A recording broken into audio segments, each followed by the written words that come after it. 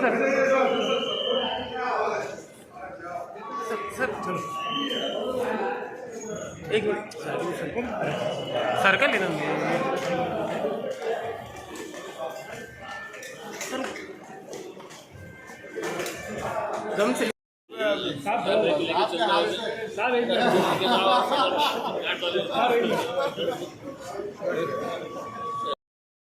मैं सबसे पहले ये बतलाना चाहता हूँ कि मराठवाड़ा की सभी लोग जो दुआ करते थे, मेहनत करे, हर तरीके से अलग अलग तरीके से अलग अलग लीडरों ने अलग अलग तरीके से इसकी जो हज हाउस की उसकी मैं एक ख़ास पॉइंट उसका मैं बतला दूँ कि अब जो अब्दुल सत्तार साहब जो मिनिस्टर है उसी के उनका ज़माने का मैं उनका एक हिस्सा मैं बताना चाहता हूँ। जब हज हाउस शुरुआत हो रही थी, बहुत सारे भूख हड़ताल पे बैठे थे, उसमें से 2-4 मरने में थे।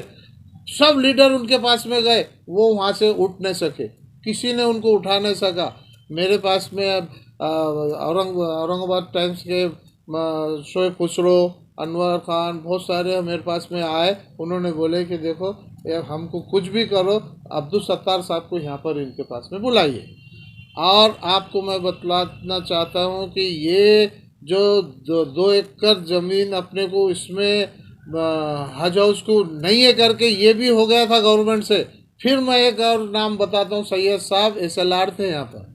सैयद साहब SLR साहब ने वो निकाल के कमिश्नर साहब को दिए। डिविजनल कमिश्नर साहब ने बोले ये गवर्नमेंट को भेजे, वो हो गया। अब्दुल सत्तार साहब को जब मैं ये लोगों ने बोले, बाद में अब्दुल सत्तार साहब यहाँ पर आए और जब ये लोगों के सामने बैठे 40 मिनट ये लोगों के पास बोले कि आपको हक है, आपको पूरा वो है, आप भूख हड़ताल पे बैठ सकते हैं, सब चीज़ है।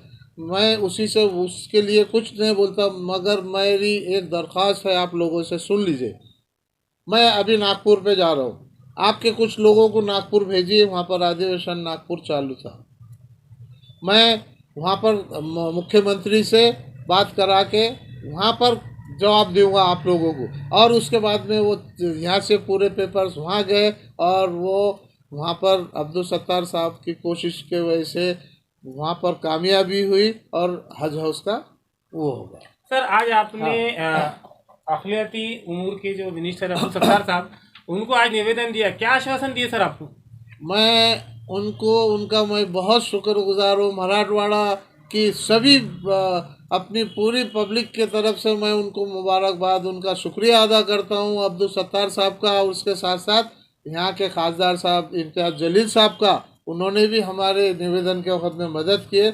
हम उनके शुक्रगुजार हैं। उन्होंने ये वादा किया है कि बहुत जल्द हज हाउस को हम शुरू करने वाले हैं। तो सर क्या समझे कि 2024 में हाजियों का काफिला यहीं से रवाना होगा सर? 100% ये मेरे को भरोसा है।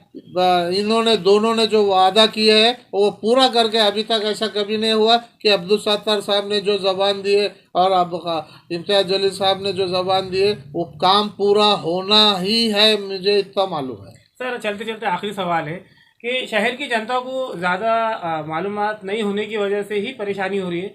क्या वजह है कि लाखों करोड़ों रुपए खर्च कर कर हज हाउस तामीर हो गया, फिर इफ्तिताह क्यों नहीं हो रहा? आखिर वजह क्या है, कोई बता नहीं पा रहा सर। हाँ, अब आपको असल पॉइंट बताता हूँ मैं। वजह ये है कि ऐसी कोई नहीं है, ऐसी लोगों की गलतफहमी दूर करना चाहता हूँ मैं कि ऐसा कभी भी ऐसा नहीं हुआ कि वंदे मातरम हो गया और इधर अपना वंदे मातरम इसके सामने बहुत छोटा सा है।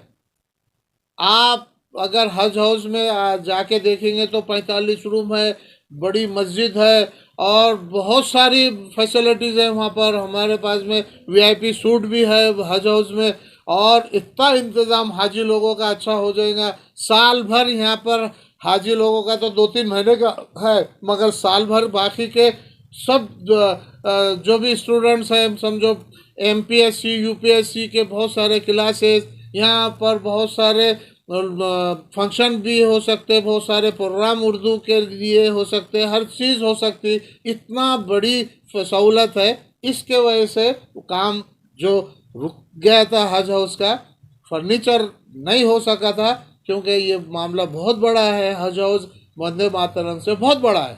सर कुछ सुनने में भी आया था कि सिडको की तरफ से भी ये हज हाउस का मामला रुका हुआ था, उसके ऊपर नहीं बताया। हाँ, सिडको का जो फर्नीचर का काम रुका था, उन्होंने एनओसी नहीं दिए थे, एनओसी अब मिल चुकी है। अब कोई प्रॉब्लम नहीं है मेरे हिसाब से। और वो अधिवेशन में भी वहाँ पर मुख्यमंत्री को भी अपने यहाँ से बहुत सारे कांग्रेस के भी हमारे मेंबर भी बहुत सारे गए वहाँ पर निवेदन दिए हुए, उन डिप्टी सीएम को दिए, सीएम के पास में दिए, हर जगह से कोशिश चालू है। और अभी तो ये पक्की बात है कि अब्दुल सत्तार साहब ने जो वादा किए वो बराबर बहुत जल्दी हज का ये हाजी लोगों का फ़ायदा होना है। आपको पूरा नाम बोल दीजिए। मैं सरफराज मोहम्मद खान, मराठवाड़ा खिदमतुल हुज्जात कमेटी का मैं सदर हूँ।